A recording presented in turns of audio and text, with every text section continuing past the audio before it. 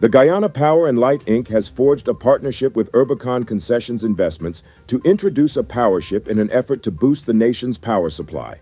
Under the agreement signed on April 13, 2024, GPL will charter a Powership with a capacity of 36 megawatts for a 2-year period.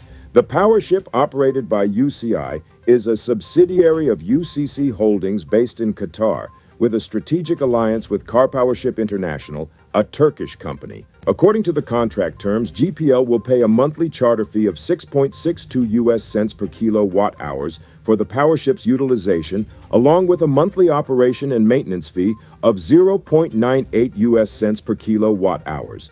The Powership is expected to dock in Everton, Berbice, and integrate with GPL's grid. Preparatory work at the site is already underway. The Powership, previously in service in Cuba, is scheduled to arrive in Guyana on May 1, 2024, with full operational capacity expected by May 8, 2024. Hopefully this will solve the blackouts. Do you think it will? Let me know in the comments. Last night, Nina Williams, also known as Martha, a 36-year-old security guard, lost her life in a tragic accident. She was crushed by a container truck at the intersection of High and Princess Streets, Georgetown. According to eyewitness reports, the incident occurred as Williams attempted to run across the road and collided with the oncoming container truck, which bore the registration number GAC5056 and trailer number TEE6209. Witnesses described the truck's speed as alarmingly fast, leaving little time for the victim to make it across the road. The aftermath of the accident painted a scene of unimaginable horror, with Williams's body horrifically mangled, seemingly cut in half, with the lower portion strewn in pieces across the roadway. This marks the 5th fatality caused by trucks in Georgetown within a span of just 4 months, underscoring a concerning pattern with regard to road safety. Just last week, another security guard fell victim to a similar fate when a truck collided with her on Water Street, resulting in her tragic demise. The driver of the container truck involved in last night's incident, a 24-year-old man from Coconut Walk, Unity, East Coast, Demerara, is said to be in police custody, assisting with investigations. Shortly after the accident, he was given a breathalyzer test, which showed no signs of alcohol in his system. It is unclear at this time whether charges will be filed.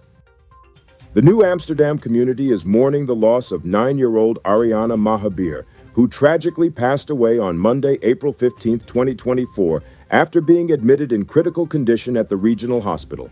The young girl suffered a cardiac arrest while preparations were underway to transfer her to the Georgetown Public Hospital Corporation. This heartbreaking incident follows the admission of her brother, Ricardo Mahabir, the day prior, who arrived at the hospital with no signs of life. Both cases are currently under investigation, with all relevant authorities engaged in determining the circumstances surrounding the siblings' deaths. Post-mortem examinations have been conducted on Ariana Mahabir, and another is scheduled for Ricardo Mahabir, to shed light on the underlying causes. The Ministry of Health has been briefed and reports have been forwarded to the Chief Medical Officer. The ministry has directed the dispatch of an expert group to the New Amsterdam Hospital to conduct a thorough investigation into the incidents. Persons with knowledge of the incident are urged to come forward with any information that may assist in the investigation. This is a developing story.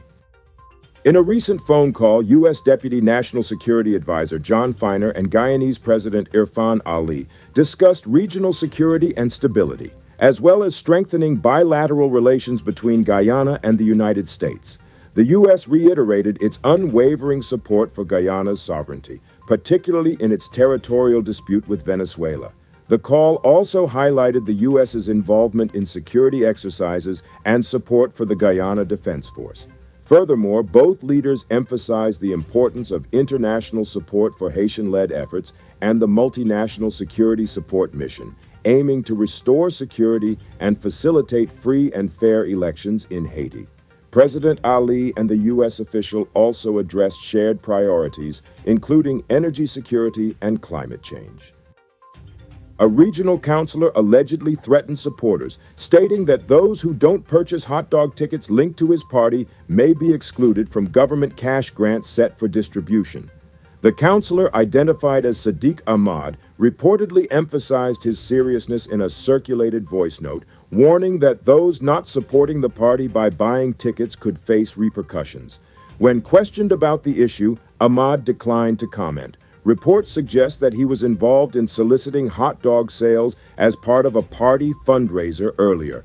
Opposition parliamentarian Ganesh Mahipal called for a thorough investigation, emphasizing the need for accountability and transparency. He accused Ahmad of abusing his position and manipulating taxpayer-funded aid for political gain. Mahipal criticized the apparent politicization of the cash grant program, stating that it undermines democracy and fairness. Hi, good morning, comrades. I was made to understand that some people are refusing to buy the hot dog tickets as it relates to the PVP. I want to see the list of names of people who buy the hot dogs, and if those persons who refuse to buy the hot dogs and they are on this cash grant list that the government is going to give in April, I'm going to remove their names for failure to support the PVP. And I'm serious, I make a joke. That wraps up today's top headlines. For more details on these and other stories, click the link in the description to follow Guyana Uncut News on Telegram. I'm Noriko Bulford saying, good night, folks.